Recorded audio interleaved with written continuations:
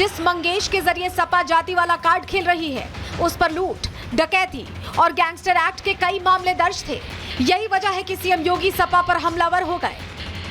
आप देखते होंगे जब उनके किसी एक माफिया शागिर्द को, किसी डकैत को जो पुलिस मुठभेड़ में मारा जाता है, जब मारा जाता है तो इनकी दुखती हुई नस पर जैसे पुलिस ने उंगली रख दी हो, तब ये चिल्लाने लगते हैं। जो डकैत पुलिस मुठभेड़ में मारा गया, वहां ग्राहक भी बैठे हैं, ग्राहकों को खड़ा करके एक तरफ करके अगर गोली मार देता तो क्या उनकी जान को ये समाजवादी पार्टी वापस कर पाती क्या? और वो किसी भी जाति के हो सकते थे। ग्राहक वो यादव भी हो सकता था, दलित भी हो सकता था। अंबेडकर नगर में जनता को संबोधित करते हुए सीएम योगी ने प्रदेश को उन दिनों की याद दिलाई जब प्रदेश में सत्ता की शह पाकर माफिया उत्पात मचाया करते थे। क्या उत्तर प्रदेश के अंदर होता था 2017 के पहले? समाजवादी पार्टी और कांग्रेस के नेतृत्व में पलने वाले माफियाओं की समानांतर सरकारें चलती थी। ये जो लोग सत्ता को अपनी पपौती मानते थे, वे लोग आज समझने लग गए हैं अब उत्तर प्रदेश में कभी उनको वापस नहीं आना है।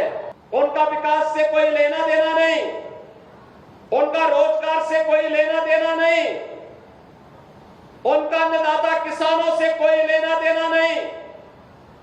बेटी की सुरक्षा हो, इससे उनका दूर दूर का कोई रिश्ता नहीं। अखिलेश यादव ने कानून व्यवस्था और महिला सुरक्षा के मुद्दे पर कई बार सरकार को घेरने की कोशिश की, लेकिन हर बार उनका ही कोई कारिंदा मुख्य आरोपी बनकर सामने आ गया। सपा की कथनी और करनी में कितना फर्क है, इसका उदाहरण है मोईद और नवाब जैसे असमत के लुटेरे। एक निषाद बेटी की इज्जत के साथ खिलवाड़ समाजवादी पार्टी के लोग करते हैं।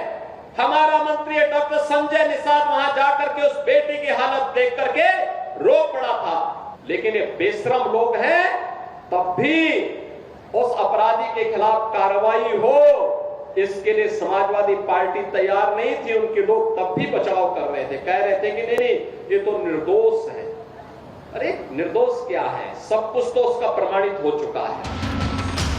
अपराध और अपराधी के खिलाफ आज तक सपा का स्टैंड क्लियर नहीं हो पाया है, लेकिन सीएम योगी जीरो टॉलरेंस की नीति के तहत काम कर रहे हैं। जहां भी अपराधी बेलगाम हो रहे हैं, वहां एक्शन की पूरी गारंटी है। Bureau report, Republic Bharat. तो उत्तर प्रदेश सरकार में मंत्री नंद गोपाल नंदी कह रहे हैं कि जब समाजवादी पार्टी की सरकार थी तो 1 डिस्ट्रिक्ट 1 माफिया का एक्शन प्लान चलता था। मनीष शुक्ला कह रहे हैं कि गुंडा राज का वो दौर था और वो बीत चुका है। सुनिए दोनों का क्या कहना है, कैसे हमला बोला है अखिलेश यादव पर समाजवादी पार्टी पर। समाजवादी पार्टी की सरकार और ये नारे लगते थे, नारा आम जनमानस के मन दिलो दिमाग पर छाया था कि जिस गाड़ी में सपा का झंडा समझो उसमें बैठा गुंडा। समाजवादी पार्टी में जाति, मजहब, धर्म देख करके नौकरियां दी जाती थी। अपराधी और माफिया थानेदारों को, कप्तान को निर्देशित किया करते थे। आज उत्तर प्रदेश में अपराधियों का समूल नाश हो रहा है और अगर कानून व्यवस्था को वो चुनौती दे रहे हैं तो उनको उनकी भाषा में जवाब दिया जा रहा है। समाजवादी पार्टी को लोकतांत्रिक पार्टी नहीं बल्कि एक गिरोह है जिसके सरगना अखिलेश यादव हैं। जब अखिलेश यादव मुख्यमंत्री थे तो उत्तर प्रदेश में अपराधियों की सरकार चला करती थी। आज योगी आदित्यनाथ की सरकार में अपराधियों, माफियाओं पर कार्रवाई हो रही है। सदन के अंदर जब महिला सुरक्षा को लेकर चर्चा हो रही थी तो अखिलेश यादव बहुत कुछ बोल रहे थे। इस पर सीएम योगी ने कहा था, साफ कहा था कि जब जांच होती है तो समाजवादी पार्टी कनेक्शन इन अपराधियों का, जो महिला सुरक्षा का बिगुल फूंक रहे हैं, उनका समाजवादी पार्टी कनेक्शन ही बार बार उभर के सामने आता है। और ऐसा हुआ भी।